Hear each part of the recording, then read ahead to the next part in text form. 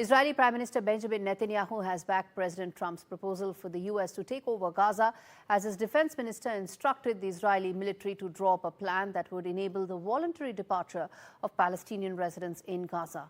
Trump announced on Tuesday at a joint press conference with Netanyahu a plan for the U.S. to take long-term ownership of Gaza, relocate its residents to neighboring countries, and redevelop the Palestinian territory into what he described as the Riviera of the Middle East. The proposal raises questions of whether Palestinians could forcibly be removed from their home and breaks with decades of U.S. foreign policy, which has long emphasized for a two-state solution for Israel and Palestine. Meanwhile, Israeli defense minister has ordered the army to prepare a plan to allow the voluntary departure of residents, saying those who have opposed Israel's military operations in Gaza should take in the Palestinians. Shifting focus now, amidst global outrage, top U.S. officials are now trying to walk back and soften the elements of President Trump's proposal to take over Gaza and displace Palestinians out of the territory, insisting that he had not committed to using U.S. troops to clear the territory and that any relocation of Palestinians would be only temporary.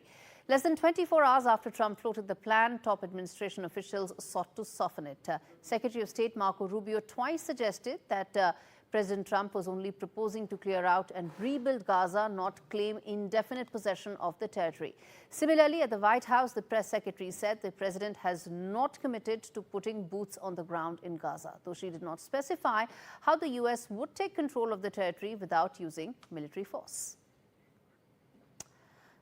President Trump's proposal for a U.S. takeover of Gaza was met with anger and blunt rejection from regional allies, delight from Israel's far right, and a warning from the head of the UN. The Secretary General Antonio Guterres condemned the proposal at a UN meeting after the U.S. president said he wanted to own Gaza and resettle its Palestinian residents elsewhere.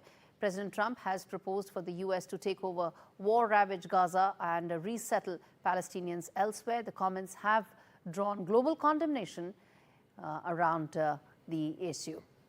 Let's listen in.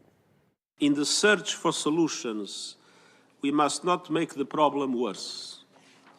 It is vital to stay true to the bedrock of international law. It is essential to avoid any form of ethnic cleansing. We must reaffirm the two-state solution.